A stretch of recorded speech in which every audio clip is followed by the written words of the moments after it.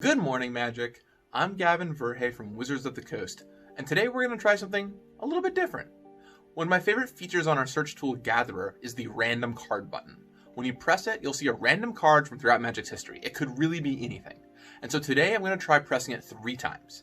And each time I'm going to talk about the card that shows up, and I have no clue what it's going to be. I might have a design story to tell, or might just see a card for the first time. Who knows? So without further ado, let's hop right into it with card number 1. Shimmer Mirror. Okay, that's a fun one. It's a 3-mana 2/2 artifact creature with flash that gives all of your other artifacts flash. And importantly, it's a mirror. Mirror are a huge fan favorite creature type, and I'd love to do more with them, but we've always locked them into Mirrodin or New Phyrexia, I suppose, these days. Maybe someday we'll get to see them somewhere else, who knows? So granting flash to everything is something we're really careful about, because it can make it so that you are paralyzed, you never want to attack. And a bit of that is a fun guessing game, but doing that all the time on all kinds of cards could be problematic. Vedalken Ori is a really popular card in Commander for a similar reason. Teferi, Mage of Jalfir, was a big player when it was around the first time, so that's something we have to be really careful of. And this is a neat design too. It's simple, it's elegant, I could see us doing it again sometime. Alright, let's try again. Card number 2, what will we get? Silver Glade Pathfinder.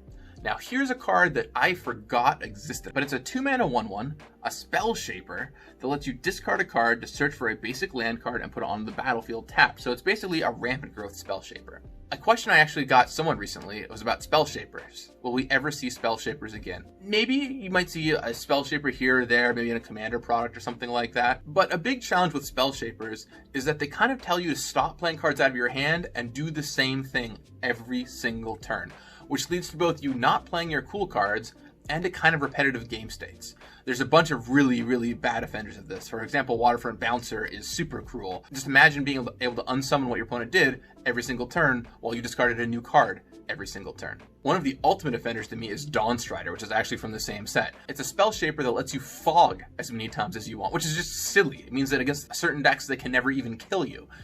Not a big fan. I think spell shapers are at their best when they're doing something that becomes worse later on in the game. And for that reason, this is actually a lot more reasonable one. And what you're doing is casting rampant growths, which is a lot better early on in the game, but late game, you don't really want to turn your cards into rampant growths. Additionally, it's not harming your opponent, which is what cards like Waterfront Bouncer did that makes them so repetitive. This is accelerating you to go do something else, which is really nice. All right, final card. Let's see what card number 3 is. Blood Moon. Oh boy, now here is a card that has caused plenty of teeth gnashing. Yes, Blood Moon, originally showing up in the dark, of course, and it wasn't really ever expected to entirely shut off decks, you know? At the time it was like, okay, maybe you would turn off their Maze of Ith. These days, it's a bit different. You'll play this in Modern and maybe turn off all of your opponent's lands. One of my favorite fun facts about Blood Moon, though, is it's actually in Modern partially because of your fault. Yes, you. Well, maybe not literally you, but sort of you. For 8th edition, there were polls online between 2 different cards. And this happened many times over. And the community voted cards into the set. And there's some really classic upsets here. For example, Rewind beat Dismiss. That was a huge one. Glorious Anthem took down Crusade. But wildly at the time, and a little less discussed, Blood Moon took down Dwarven Miner. And you know, I actually went to go look in the old multiverse files on Blood Moon, and it looked like they had put the miner in the set because they just assumed it was going to win. But then when Blood Moon got selected, they had to go back and change it. In retrospect, it's kind of a silly promotion. Vote on these 2 cards for a set coming out many months from now, so you're not going to see the realization of this for a long time, and you're not letting game design and the playtesters control what's in the environment. Maybe not the best promotion, but it did create some really wild stuff. Here's the full list of what happened in that vote off, and yeah, there's a lot of wild ones here. I mean, imagine if Ensnaring Bridge wasn't in Modern and instead Static Orb was. Or if Worship had never been printed in Modern. Some of these didn't end up making a huge splash, but wow, there were still some tremendous implications. I wonder what would happen if this kind of thing was done today. So what'd you think? Would you want to see that again?